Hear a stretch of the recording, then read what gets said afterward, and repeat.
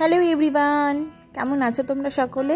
আশা করছি তোমরা সকলে ভীষণ ভালো রয়েছো। আমিও খুব ভালো রয়েছি। আরও একটি নতুন ভিডিওর সাথে আমি সঙ্গীতা তোমাদের সাথে। তোমরা দেখছো আমার ইউটিউব চ্যানেল। যদি আমার ভিডিওগুলো তোমাদের ভালো লাগে তাহলে লাইক কমেন্ট শেয়ার করে কিন্তু আমার পাশে থেকো, আর আমাকে কমেন্টে জানিও আমার ভিডিওগুলো তোমাদের কেমন লাগছে। আজকে যাওয়া হয়েছিল মালদার কানির মোড়ের অবস্থিত ফুডসাপে। এই নিয়ে ফুডসাপে আমি 3বার গেলাম। প্রথমবারের এক্সপিরিয়েন্স আমার ভীষণ বাজে থাকার কারণে ভিডিও তোমাদের সাথে শেয়ার করিনি। পরের দুবারের এক্সপিরিয়েন্স এতটাই ভালো হয়েছে যে আমি ভাবলাম যে ভিডিও শেয়ার না করলে এবার পারছি না।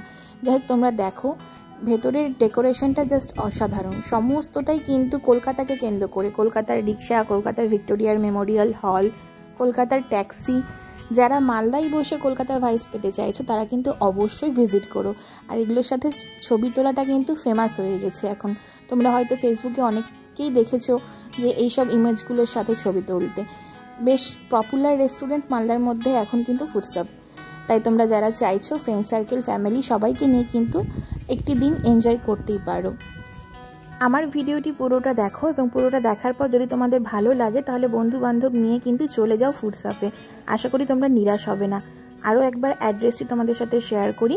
মালদা কানির মোড়ে তোমরা কিন্তু ফুডসাপকে পেয়ে যাবে। তাই দেরি না করে তাড়াতাড়ি চলে যাও। এবার আসি ফুড রিভিউ নিয়ে। আমি যখন প্রথমবার গিয়েছিলাম তখন ভেজ থালি অর্ডার করেছিলাম এবং সাথে একটি চিকেন থালি। এতটাই জঘন্য ছিল ভেজ থালি ও চিকেন থালি, আমি ভেবেছিলাম পরের বার আর আসবো না।